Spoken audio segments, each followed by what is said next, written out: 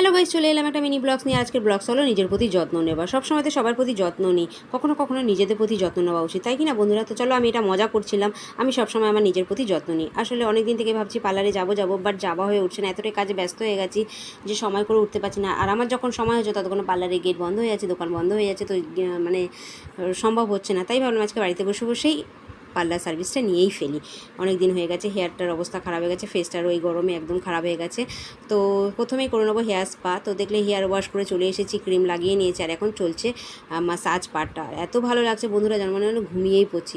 মনে হচ্ছে যেন এভরিডে কেউ যদি এরকম একটা ঘন্টা আমাদের করে দেয় তো ভীষণ ভালো লাগে। একটা ঘন্টা নিজেদের জন্য বার করে যদি এরকম আমাদের কেউ করে দেয় তো ভীষণ ভালো লাগে, তাই না বন্ধুরা? তো চলো, কথায় কথায় আমার সময় হয়ে গেলো, আর আমার হেয়ার স্পা মানে মাসাজ কমপ্লিট হয়ে গেছে। আমি হেয়ারটা ওয়াশ করে চলে এসেছি।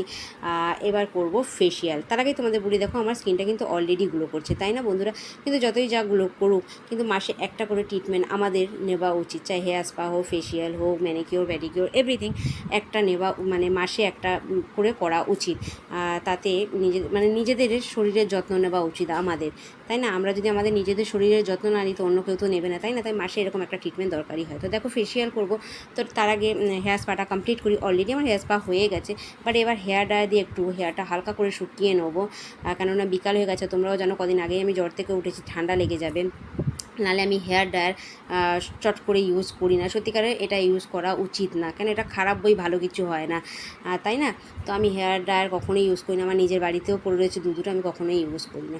তো দেখো, হেয়ার ড্রায়ার দিয়ে হালকা করে একটু, মানে কোনো রকম শুকিয়ে নিই, মানে শুকনোও আছে ভিজাও আছে, সেরকমভাবে করা হচ্ছে। আর সিরামও লাগানো হয়ে গেছে। তো ফেসিয়াল করবো, তার আগে আইব্রো, আপার লিপস, ফোরহেডটা করে নিই, তারপর করবো ফেসিয়াল। তো এটা হয়ে গেছে কমপ্লিট, আইব্রো, আপার লিপস। তো এবার করবো ফেসিয়াল।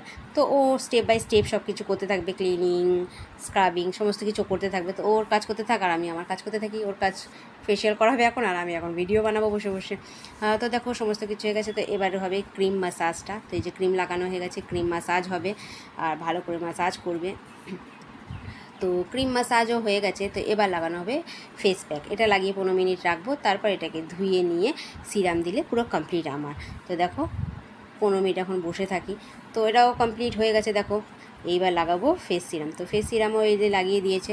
তো চলো, আমার ফেসিয়াল স্পা কমপ্লিট হয়ে গেছে। কেমন হয়েছে ভিডিওটা কমেন্ট করে কিন্তু অবশ্যই তোমরা জানিও।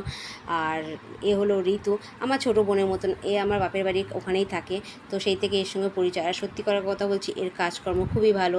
এ ভীষণ সুন্দর সাজায়, ব্রাইডও সাজায়, পার্টি মেকআপও করে, আর পার্লারেরও কাজ করে। তো সত্যি ওর কাজ খুবই ভালো। তোমাদের যদি কারোর করানোর আছে পার্লার সার্ভিস, তো কমেন্ট করে আমাকে অবশ্যই জানিয়ে, আমি ওর নাম্বারটা দিয়ে দেবো। চলো, টাটা।